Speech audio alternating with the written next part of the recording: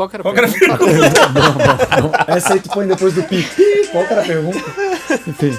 Tá, nós temos que esperar essa vinheta ou dá pra passar um pouco pra frente? Teus e Tons.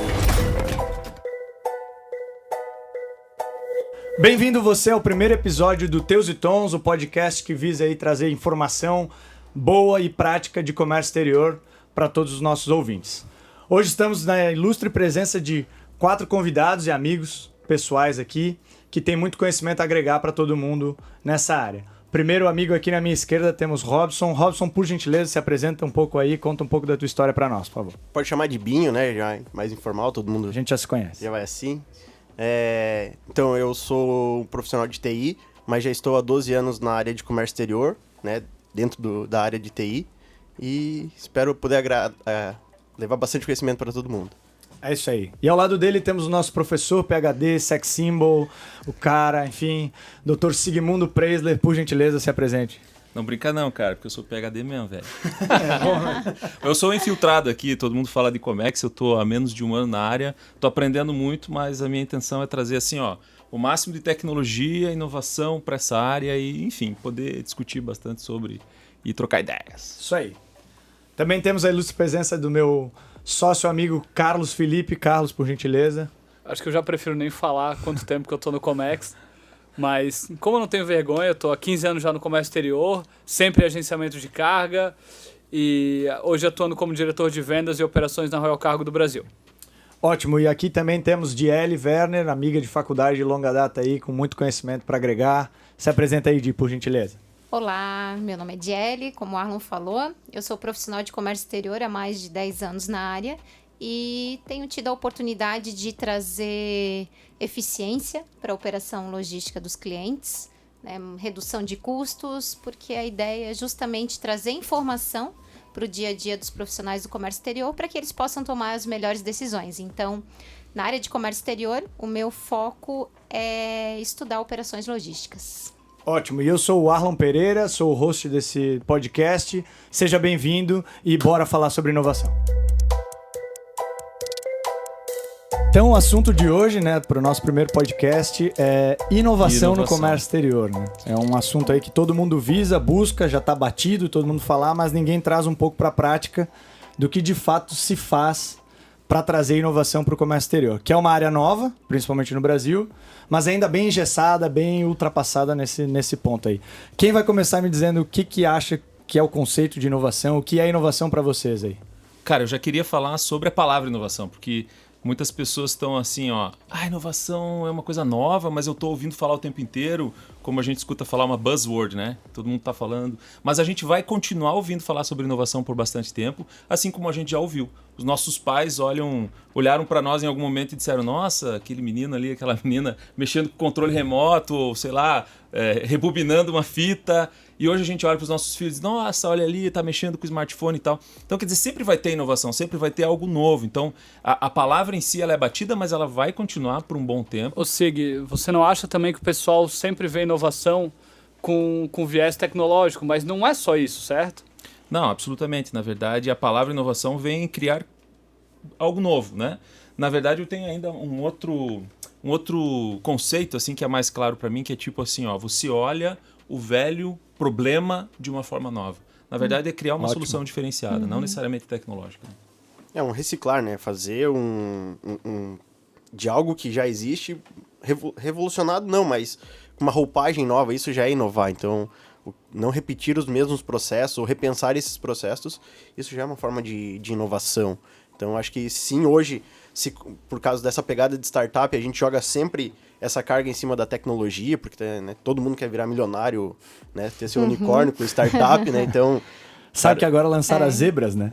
Tinha os unicórnios, agora as zebras. As zebras são as empresas que são startups que estão sendo abertas para construir um mundo melhor e, de fato, não querem ser avaliadas ou receberem valuations altos, investimentos altos e saírem dos seus negócios, né? Porque hoje é valorar a empresa, vender para algum fundo, enfim, que toque. Isso aí fora. Elas querem ser sustentáveis, com vieses que resolvam algum problema da sociedade, que tenham um crescimento acelerado, sem o viés de querer só crescer sem dar lucro. Elas têm fins lucrativos desde o dia 1 delas, assim. Então já está saindo esse novo conceito que são as zebras. Problemas do comércio exterior que não faltam também, né? A gente tem vários intervenientes. Para você importar ou exportar, você tem que lidar com em torno de 15 a 20 empresas. Você tem que imputar a mesma informação diversas vezes, trazendo erros, atrasando o processo, liberação. Então, a gente que está no dia a dia disso vê o quão estressante é para o nosso cliente, para quem não conhece um pouco do Brasil também, não é fácil. Então, eu acho que a gente tem uma missão bem nobre aqui pela frente, que é explicar um pouco para essa galera o que dá para ser feito e como a gente pode mudar um pouco o status quo aí do nosso segmento. Na verdade, é a gente inovar, mas com o intuito de resolver as dores, né? Dores dentro do Comex, por exemplo, todos esses envolvidos, como que vai acontecer o fluxo da informação. Então, os problemas já estão aí. O que a gente pode fazer a favor da resolução deles? Eu tenho um conceito bem simples sobre inovação, que falo bastante, que é uma nova ação. A palavra mesmo já fala, então não quer dizer nada tecnológico, como o Carlos mesmo falou, e quer dizer o fato de tu fazer aquela mesma coisa de um jeito diferente. Então, é bem simples inovar, né? Até a forma diferente de você amarrar o cadarço é uma forma nova de você amarrar o cadarço. Acho que o grande desafio, na verdade, do nosso bate-papo aqui, inclusive, é tentar levar um pouco de informação útil, vamos dizer assim, para quem está ouvindo, prática, de fato, acho, prática, né? Colocar prática no seu dia a dia, porque assim, temos problemas, inovar é criar coisas novas, tá, mas e aí? Na prática, como é que a coisa vai funcionar? Eu aqui na minha empresa. Né? E ainda mais num setor logístico e de comércio exterior, que, vamos dizer a verdade, é um setor tradicional. Né? Eu queria dizer antigo aqui para não usar outra palavra, claro. Mas é conservador, porque existem ainda os processos de você fazer uma relação com outro país, apertar a mão diplomaticamente de uma outra pessoa, etc. Mas, no fundo, lá no final, é sempre pessoa negociando com pessoa, né? Eu concordo contigo. Eu acho que essa pegada atual, a gente é conservador, ou é visto o comércio exterior como conservador, mais pelo cunho político das coisas, ou diplomático das coisas, do que propriamente o mercado, as empresas serem assim. Eu acho que as empresas têm um anseio por coisas novas, têm um anseio por fazer algo diferente, mas acaba nesses entraves de, tipo, ter que ir ainda fisicamente entregar um documento na Receita Federal. E acho que isso aí engessa muito, até porque daí fica aquele receio, mas se eu não cumprir isso, aí minha carga fica presa, ou não consigo fazer tal coisa. E também, Binho, o que eu vejo, os governos, aduanas, etc., veem o comércio exterior como parte da soberania nacional. Então, com isso, utiliza-se regras extremamente antigas e, no meu ponto de vista, muito antiquadas, né, para se aplicar no dia a dia, e sendo que tem tanta tecnologia que pode facilitar, pode desburocratizar um processo. A gente teve experiência em outros países e liberação no mar, que agora que está vindo para o Brasil, e nos Estados Unidos isso já é realidade há muito tempo. Então, eu vejo também que o governo está tomando medidas para facilitar a vida, o dia a dia do importador e exportador brasileiro, né? Criando a DUI, do INPE. Eu acho que isso também vai facilitar. É legal a gente ver um governo que está, de fato, colocando um pouco os seus olhos aí para o comércio exterior, vendo a importância que ele tem e como o Brasil ainda não é protagonista nesse tema, infelizmente. Eu tenho uma pergunta, então, para a gente começar de fato a falar em inovação no comércio exterior especificamente. Quais são as dores que vocês acham que são as principais dores hoje no comércio exterior brasileiro? Aquelas que são entraves e dificuldades que as empresas têm que ainda lutar todo dia para cumprir, ou enfim, para deixar redondo e mover essa balança comercial como hoje? Eu penso que pode ser um entendimento do processo como um todo, assim, porque o processo, na verdade, mais especificamente de importação, né, exportação, naturalmente, como o país ele quer exportar cada vez mais, o processo ele tem menos obstáculos, né? Claro. Mas a importação, que eu percebo, uma cadeia enorme de custos, né? Então, quando o importador ele se depara com as despesas que ele vai ter no processo, ele tem uma série de impostos, uma série de despesas que ele desconhece. Que são complexos até para entender, né, no fato, né? Você não consegue palpar e dizer assim, bom, sei que os custos vão ser 20 mil reais, por exemplo. Existem mas tem tantas variáveis, né? Mas certo. a interpretação da Receita Federal, da Federal, sempre bom. A interpretação da Receita Federal, dos órgãos anuentes. Então, eu penso assim que tem muita coisa que pode ficar de uma forma mais clara para ajudar na composição dos custos, claro. né? Porque muitos importadores se aventuram na importação sem de fato conhecer o processo, e chega aqui é uma surpresa, o produto não ficou exatamente tão competitivo quanto ele gostaria. Claro. Então, existem variações e variáveis, né? Então, é bem complexo. E com isso também, não sei se você enxerga a mesma coisa, Jelly, eu vejo que o nosso país perde várias oportunidades, porque tem tantas empresas que não estão ainda no Brasil hoje, não pelo mercado consumidor, que é gigantesco, mas sim pela burocracia, por não saber como vai ser o amanhã. Isso é uma incerteza que o país gera por não ter claramente coisas, certo? Isso. E na parte tecnológica aí, tem o BIM e o SIG, eles vêm da parte da tecnologia. Como é que para vocês aí, agora com bastante experiência de comércio exterior, o que vocês estão vendo mais de entrave aí no dia a dia aqui? Na minha visão, a pegada hoje, que é o entrave, é o excesso de informação. Ou esse múltiplo canal de informação. As informações vêm de qualquer lado, de qualquer jeito. Todo mundo tem muita informação chegando, mas não tem um funil. Né? Esse funil, às vezes, acaba passando muita coisa, e aí você tem pessoas que tem que estar gerindo muita informação, filtrando muita coisa, sabendo o que é de qualidade e o que não é. Eu acho que hoje, para mim, é esse excesso de informação vindo de muitos canais, de muitas formas, e aí as pessoas que estão tendo que lidar com essa informação tendo que fazer meio que um malabarismo para saber o que é uma informação verídica ou importante, ou às vezes é simplesmente tipo... Acho que tem a ver também com o excesso de documentação que rola de cá para lá, e como a Jelly falou também, para cada processo você tem uma forma diferente, se é para um país X é diferente. Uma interpretação, né? Uma interpretação. Olha que engraçado, eu estava hoje estudando e lendo, enfim, sobre o comércio internacional. Para cada carga que está, cada container, né, que é 90% do transporte mundial é feito através de containers, tem um documento, tem uma carga, tem um documento vindo aéreo para poder liberar aquela carga. Então, isso é ridículo, você vai no modal marítimo e vai também no aéreo. Que foi uma impressora que imprimiu lá na China. E daí alguém aqui tem que traduzir, mandar para uma outra pessoa por e-mail.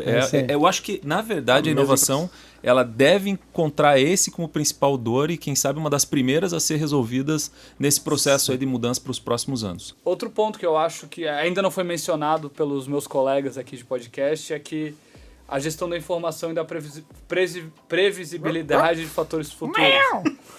E hoje os clientes, os mercados têm uma demanda por informação muito grande e por um tempo cada vez mais curto de entrega para os seus clientes finais.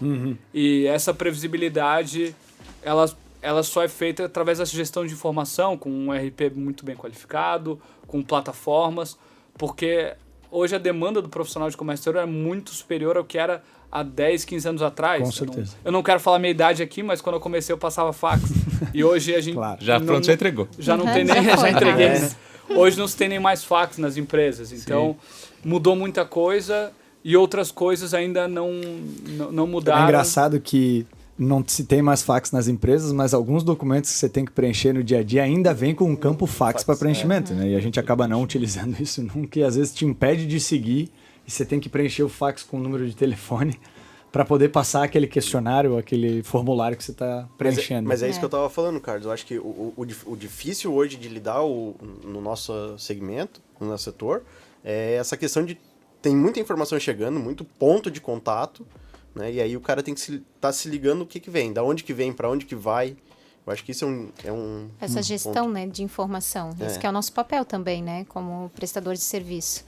Mas pensando em inovação, encontrar uma alternativa de fazer da melhor forma a gestão de tudo isso, né, de passar informação clara, confiável, né, como tu disse. São tantas fake news, então... Tem muita coisa, tem alta demanda pela customização em massa. Isso a gente não falou, mas a necessidade de cada um ser especial, de cada empresa ter a sua demanda atendida, é muito complexo, né? Se você não tem, como eu falei anteriormente, um RP com qualidade, com pessoas preparadas para atender essas demandas únicas de talvez um importador ou exportador que não tem aquela demanda toda ainda, mas ele tem uma necessidade específica que você precisa entender para atender depois. E isso é difícil você fazer se você não tiver tecnologia aliada ao processo, senão você tem uma empresa com um quadro de funcionários que é muito grande e acaba não sendo nem sustentável. Personalizar em massa, né? Personaliza em massa. É o que tá a É. dificuldade de todo mundo aí. A gente vem falando que essas startups vêm fazendo isso com algoritmos como o próprio Netflix. A plataforma é a mesma para todo mundo, mas o algoritmo vai aprendendo de acordo com a sua escolha. Então ele acaba dizendo que esse Netflix é para você. Mas de fato não é, né? É a mesma plataforma para todo mundo, é você que vai colocando um pouco da sua cara nela ali. E na verdade a gente volta no ponto de pessoas, porque sempre elas querem resolver o seu problema. A gente falava sobre isso há pouco tempo atrás em termos de inovação tecnológica, né? Aí a gente volta para pessoas, mais uma vez. Quer dizer, as pessoas não querem ser clusterizadas. Eu não quero participar do grupo de homens mais de X anos, também não vou falar a minha idade, que moram no bairro tal, etc., e que consomem carne como churrasco. Enfim, não, eu quero ser tratado como o SIG. Eu sou o cara X e eu tenho essas preferências. Todo mundo quer ser único, mas fazer parte de um grupo. Mas isso Exato. é culpa da nossa mãe, né? Que acaba dizendo pra gente que a gente é especial desde que nasceu. E na Daí a verdade, gente acredita. né, E a o gente mundo não se sente acredita assim pra nisso, né? sempre, Só né? a tua Eu mãe sou é especial. Tu é especial? Entendi. Gente, daí então assim, dando um overview disso aí, a gente consegue chegar a um ponto de que essas dores Ô, são... Alan, eu queria fazer mais um adendo Claro. ao que o Sig também comentou. Eu acho que a diversidade e equipes multidisciplinares fazem total diferença. Então, se a gente tem diversidade na equipe, olhares diferentes, pessoas que pensam diferentes, elas vão conseguir resolver um problema Claro. de fato. Porque se a gente, vamos colocar que temos analistas de comércio exterior para resolver um problema de comércio exterior, talvez eles estão tão estressados naquele problema que eles não vão conseguir achar alguma forma de resolver aquilo ali sem utilizar métodos tradicionais. E quando você tem alguém que tem, às vezes, até menos conhecimento da área, ele pode trazer uma solução de fato inovadora para aquele problema. Então a gente acaba entrando daí nessa pergunta que eu quero fazer, que é e como de fato trazemos soluções práticas para a parte do comércio exterior. O Carlos acabou de mencionar uma que é, de repente, começar a criar equipes multidisciplinares, olhares diferentes sobre um problema de comércio exterior. Trazer alguém de outra área específica que pode agregar ali num procedimento, num padrão ou, de fato, de uma nova ideia e um novo jeito de se fazer isso. Além disso, gente, o que vocês acham que dá para ser feito ou que nós ou vocês estamos fazendo nas empresas que trabalhamos sobre essa inovação aí? Então, eu posso falar um pouquinho sobre uma pesquisa que eu encontrei da Thomas Reuters? Não pode. Tá bom, pode falar, Já foi. Eu deixo seguir, pode falar. Beleza. Assim, ó, PhD, a né? Thomas Não pode Reuters, ela fez uma entrevista com mais de 300 profissionais. Essa pesquisa não é tão nova e foi bem por isso que eu trouxe ela, porque é exatamente o que a gente pensa hoje, está sendo pesquisado há um bom tempo e que no final das contas eu quero mostrar aqui que a gente não evoluiu tanto quanto a gente gostaria. Então, nessa entrevista de mais de 300 profissionais, mais de 77% deles apontaram como inteligência artificial e machine learning como sendo a maior inovação, que eles acham que vai dar maior impacto na inovação para comércio exterior. É bem específica essa pesquisa. Aí, outros 36% acreditam que a internet das coisas, que está mais voltado para comunicação, sensores, indústria 4.0, etc., ela vai impactar. E, por último, divididos ali 22% para data science e outros 22% para blockchain. E aí essa pesquisa vai longe e tal, mas o que eu quis mostrar é que essa pesquisa é de 2018 e nós já passamos um bom tempo de lá e a gente continua ainda acreditando nas mesmas coisas. Por que eu quero dizer isso? Porque a gente está acreditando porque a gente não está vendo muita coisa de fato sair do papel. Se vocês forem pesquisar aleatoriamente aí plataformas gerais para comércio exterior, a gente vai encontrar algumas iniciativas, mas na tentativa de automatizar processos internos, não de criação de uma estrutura totalmente nova ou de quem sabe uma startup do Comex que surja 100% digital. Ela normalmente é assim, vamos melhorando aqui, vamos criando alguma coisinha aqui, outra ali e pronto, daqui a pouco a gente Mas ela não é de fato digital, algo. Né? Ela se pinta como digital, mas não entrega talvez o que deveria, não só por ela eu vejo, porque também tem os intervenientes comércio exterior, que aí é algo um pouco mais complicado de se dobrar. Que vai além, é claro. Que vai além da possibilidade deles.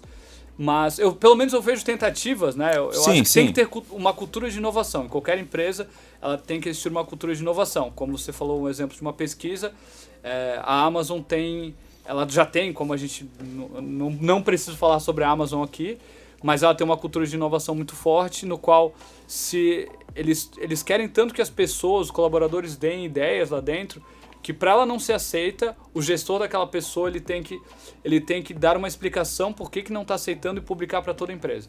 Então isso de fato encoraja as pessoas a darem ideias, a inovarem dentro. E o modelo da Amazon é fantástico, né? Porque, já que a gente entrou na Amazon falando, eles não têm um departamento de inovação, eles não têm uma pessoa responsável que sobre os seus ombros está toda a inovação da empresa. Pelo contrário, eles dão para todas as pessoas uma espécie de um FAQ, um perguntas e respostas, em que você tendo uma ideia lá em casa, embaixo do chuveiro, sei lá, onde fazer um churrasco, você escreve sobre aquilo, leva para uma mesa de reunião e quem aprova são seus pares, não é nem seu superior direto. E aí depois que aquilo é aprovado pelos pares, aí que a coisa vai... E eles escrevem no papel, cara, não é nada digital. Eles aprovam numa mesa onde as pessoas têm que baixar a cabeça por 10 minutos, ler, e se eles não entenderem, é porque não está bem escrito. Então, uma vantagem grande para trazer inovação para as empresas de comércio exterior é, de fato, começar a mudar a cultura da empresa. É mudar e, de aquele fato, aceitar mindset, né? Tem o mindset industrial e o mindset tecnológico, o mindset digital, que não é nada linear, que você vai ter que lidar com mudanças constantes e ter equipes multidisciplinares e, de fato, colocar isso em prática, né? E para começar, então, é basicamente os gestores, líderes e donos começar a aceitar que as pessoas tentem algo novo e errem, né? Porque, de fato, para inovar, vem com uma bagagem de aprendizado muito grande através do erro. Então,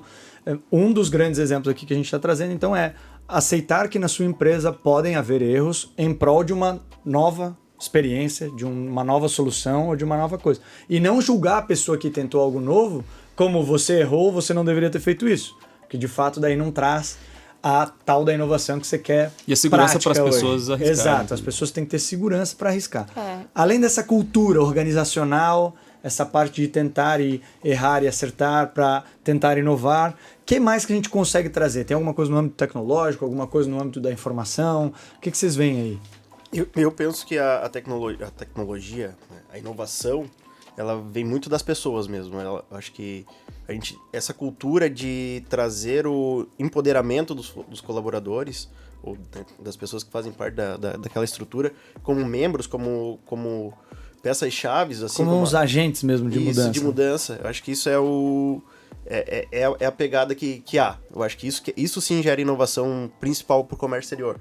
Porque a partir do momento que a gente ouve, independente do setor ou da área que aquela pessoa trabalha, o que ela pode agregar, que é o que a Amazon, né, com base que o Sig falou, e o Carlos, o que ela pode agregar para a empresa é muito mais valoroso do que propriamente vir de um conselho, vir de cima para baixo. E eu acho que aí é um achismo mesmo, mas um sentimento pessoal, de que as empresas hoje já tradicionais, elas têm esse medo de, tipo, eu sempre ganhei dinheiro assim, eu sempre fiz negócio assim, eu não vou querer mudar. E eu acho que a nova geração, essas pessoas que estão entrando hoje, elas já não aceitam mais isso. Tanto na indústria... o time que está ganhando se mexe. Se mexe. Eu acho que tanto na indústria, quem está na base, ela quer mudar, ela quer ouvir, né? Tá um exemplo que a gente conversou hoje ainda, né, daquela empresa lá.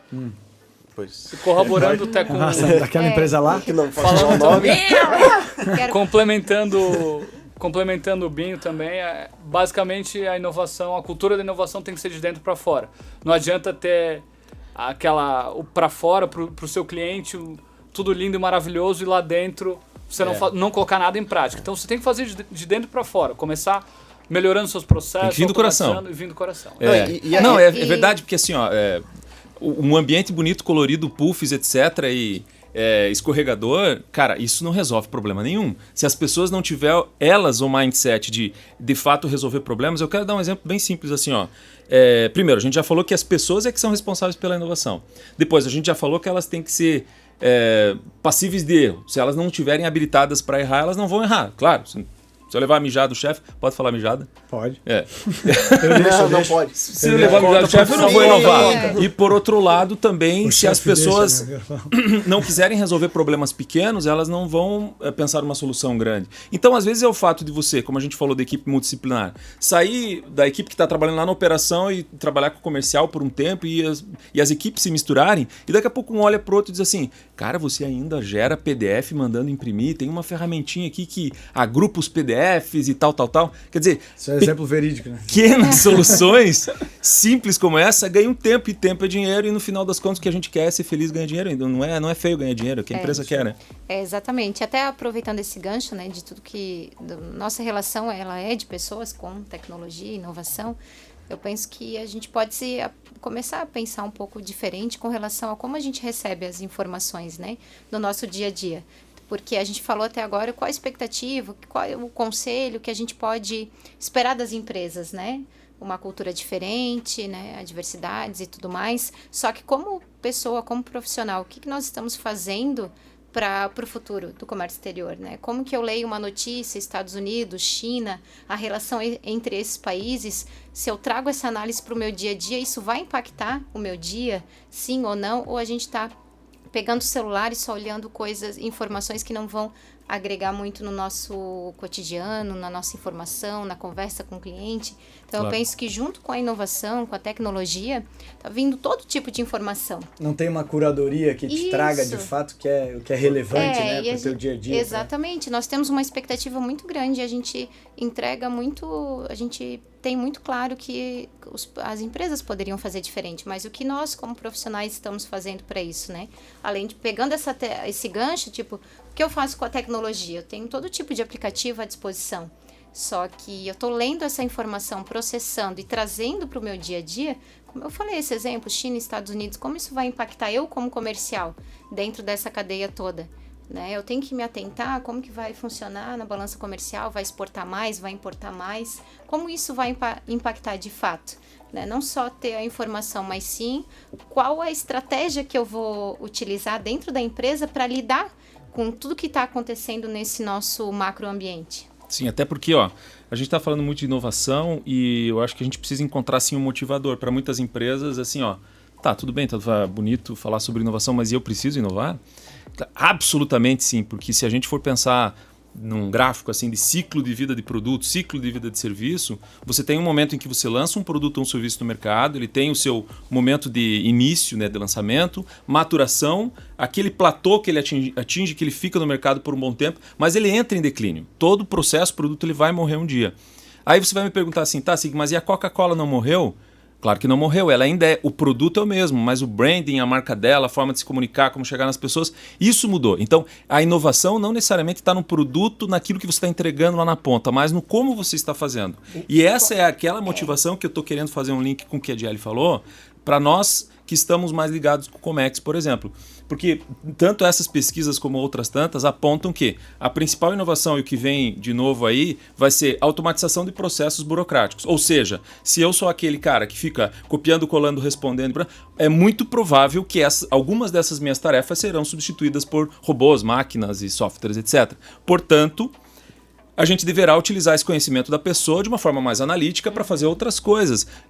No final das contas, o profissional então começa a ter que abrir um pouco mais os olhos. Tipo assim, cara, eu preciso me atualizar, eu preciso estudar, eu preciso ver o que está acontecendo, eu preciso escutar esse podcast, porque vai ser muito importante para mim, porque senão não muda nada. Isso eu posso garantir, a gente vai passar aqui por uma curadoria, né? Então, pelo menos, eles vão aprender de fato o que é relevante para eles para ser um melhor profissional no comércio exterior. Isso e aí a gente garante. Posições mudando no mercado, com funções se extinguindo, aparecem novas, sempre. Então, não se preocupem, pessoal, que vocês vão ter emprego trabalho. Vai ter, né? Emprego vai ter. E se não precisar ter emprego, vai ter uma máquina fazendo alguma coisa para ti, e aí tu tem tempo mais livre para fazer qualquer outra coisa que gere valor aí para ti e para tua vida. Mas enfim, além desses pontos, a Diele falou um ponto que eu gostaria só de fazer um comentário, que é essa parte dessa obesidade de informação que a gente acaba recebendo sem curadoria. Bonito isso, né? Obesidade é legal? Então, pois é. Não. Sensacional, eu gosto. A gente não tá falando sobre saúde aqui. Vamos lá. Falou a pessoa do CrossFit. Gosta de obesidade, faz crossfit 10 horas por dia. Não sei como consegue trabalhar com comércio exterior e fazer crossfit. Deve ter seu dia organizado. Tem um segredo. Eu conto no próximo episódio. Eu ouço podcast, é isso aí. Assim, eu ouço podcast. Eu fico dizendo isso porque assim, aí a gente acaba botando nós mesmos em xeque a tentar aprender macroeconomia, microeconomia, impactos, etc. E de fato não consegue aplicar nada no dia a dia. A gente sabe muito sobre muita coisa e não utiliza isso no dia a dia para gerar valor para o nosso próprio dia. O que a gente enfrenta muito e que eu percebo bastante é o operador em si, seja ele líder até o operador que está ali no dia a dia fazendo de fato a operação, ele sempre está com aquela sensação de que ele está atrasado, de que ele tem que fazer aqueles processos o quanto antes para tentar sair na hora, e ele não consegue um tempo, 5, 10, 15 minutos para pensar de fato como poderia fazer de uma outra forma aquilo. Hoje a gente tem um grande câncer no comércio exterior, que é a parte do e-mail, né? Onde todo mundo envia e-mail para tudo toda hora. A gente não consegue combinar nada no comércio exterior, sem depois escrever um e-mail assim, ó, conforme combinado, e escrever. Esse podcast mesmo foi assim, todo mundo falou no grupo, mas o final manda por e-mail que eu leio depois. Pra gente ter... Esse é um exemplo claro, né? Então isso eu acho que é uma coisa preocupante. Aí existem soluções já, alguém já está trazendo soluções de fugir um pouco do e-mail e ter esses tipos de informação, enfim, on demand, né? Ou seja, quando eu quero buscar e não a caixa de entrada, porque a caixa de entrada ela acaba sendo para coisas do seu processo, newsletters com informações, spams, a Amazon te mandando um novo celular da Nokia por 15% mais barato, enfim. Um gif de gatinho. Até um gif de gatinho que o seu colega do lado mandou porque viu engraçado, enfim. Vocês acham que tem solução para isso? Cara, eu acho que eu quero voltar ali naquele ponto em que você disse sobre ter tempo para fazer as coisas, e a inovação, assim como já diziam os ócios criativos, né, ela não acontece se você não tiver tempo para pensar. Se você estiver ali no teu dia a dia, na repetição, você não vai conseguir. Então seria interessante sim reservar um momento do teu dia na organização, algumas horas por semana, para em grupo discutir algumas ideias. Ou mesmo parar de escutar notícias... sabe, não estou falando desse podcast, por favor, né? Continue. Mas, enfim, parar de ficar lendo coisas, porque o Capra, por exemplo, que é um estudioso da área de ciência da computação aqui de Porto Alegre, ele escreveu um termo que é até um pouco estranho, que fala sobre infotoxication, que é o que a gente está passando e vai passar por um tempo. O nosso cérebro não vai ser capaz, e não está sendo mais, de absorver tanta informação quanto nós temos disponível. Eu chamei de obesidade, o cara vem com infotoxication, né? Eu prefiro o segundo. Infotoxication. E aí depois o que acontece? De uma certa linha lá que você não consegue mais absorver, quem vai fazer isso para você são os robôs, os assistentes virtuais, que eles vão ler essas informações, já vai tomar a decisão por você e já vai te entregar sugestões prontas, que é o que faz o Waze, iFood, etc. Né? Então, voltando ao ponto do tempo para si, eu acho que sim, isso é importante. A gente fazer crossfit, a gente parar para pensar um pouco na vida. Cara, vai pescar, pega uma varinha lá. No final, todos queremos ser felizes, né? Com certeza. No final, são pessoas. Então, assim, gente, já demos alguns exemplos bem práticos do que as empresas podem fazer em si, e às vezes é nada mais, nada menos que começar. De qualquer forma, de qualquer jeito, tentar, de fato, alguma coisa que faça essa diferença. Pensando em startupeiro, né? Tipo, comece, erre rápido, aprenda rápido, tente de novo. E erre diferente, né? Acho que esse que é o exemplo principal. Não erre sempre o mesmo erro. Certo. Então erre fácil, erre rápido, corrija rápido e evite errar o mesmo erro. Que eu acho que é por isso que a gente hoje, talvez, as empresas punam tanto os colaboradores. Eu errei uma vez, então esse erro vai se perpetuar. Então, agora, uma coisa aqui sobre erro, as startups têm contribuído bastante ao modelo MVP, que é o produto de mínimo valor que pode entrar no mercado o mais rápido possível para você ganhar time, né? Que é você entrar no mercado mais cedo.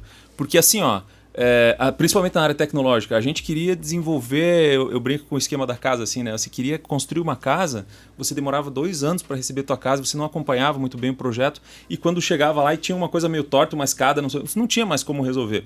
Agora, se você tivesse recebido essa casa em pacotes, né? Primeiro te entrega o quarto, depois o banheiro, depois a cozinha, e você já vai morando e vai ajudando a construir, ela vai ficar do teu jeito. Então, acho que a inovação tecnológica tem que ir para esse viés, mas não só tecnológica, outras também. Já bota o pé, já acelera, já começa a lançar, já vai errando antes, que você já erra barato, vamos chamar assim, e você já vê a coisa acontecendo. Você é o primeiro motivador. Né? Ainda hoje eu falei para alguém, disse assim, cara, você vai, é mais ou menos como cozinhar. Abre a geladeira, vê o que tem dentro e cozinha o que tem, cara. É isso aí. É isso. Para quem é chefe, caso eu acho isso mesmo. Tem que ser, né? Se você estiver aqui no mercado, comprar, vai demorar um monte e a galera e tu vai já desistir muitas vezes, né?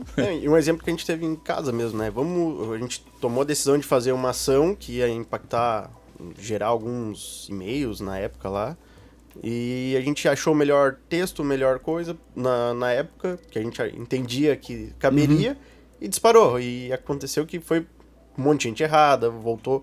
a gente não filtrou muita coisa. Então a gente preparou, achou interessante, foi.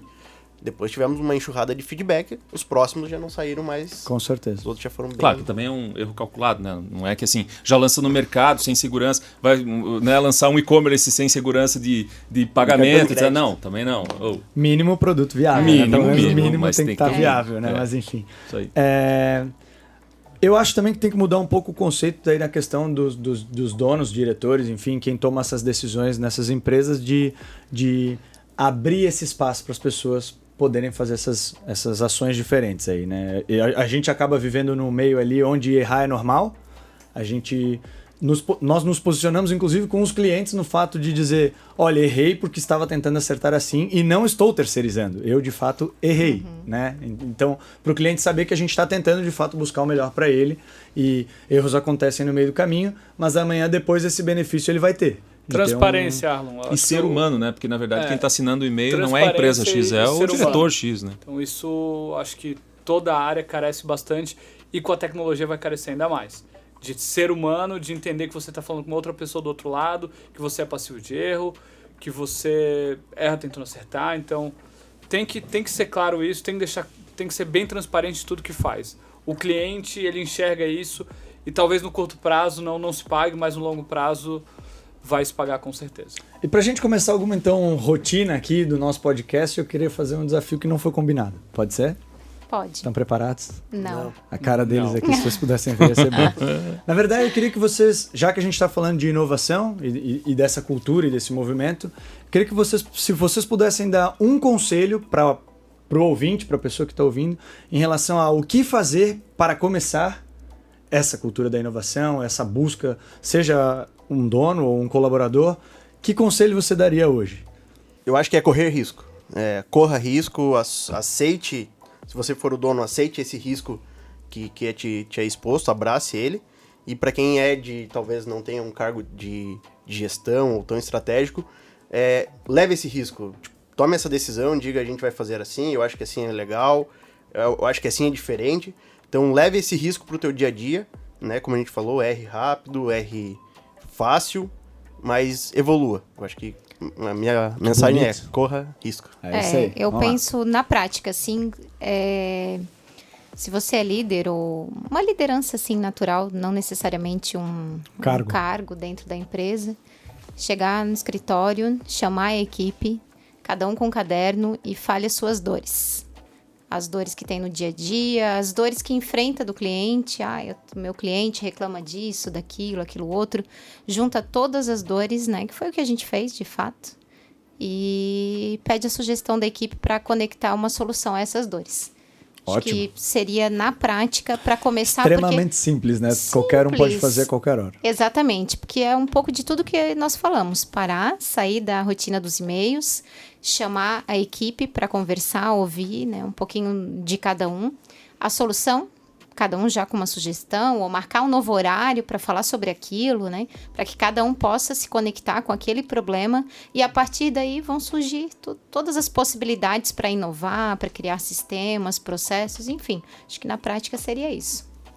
Basicamente pegar um problema e estressar ele, seja com pessoas da sua área, pessoas de outra área, amigos de bar, de academia, crossfit, como a GL, converse sobre esse problema, pessoas de áreas diferentes podem te dar uma luz que você não vai conseguir enxergar. Então, eu acho que você, principalmente como colaborador, é a forma de você engajar o seu chefe, eu não gosto dessa palavra, o diretor, gerente, coordenador, supervisor, a entender que implementar a cultura da inovação vale a pena e faz sentido ter toda a empresa ter não um núcleo, mas ter pessoas chaves que vão olhar para aqueles problemas e vão tentar achar formas diferentes. A gente tem que ser basicamente o inconformado, seja o inconformado da sua empresa.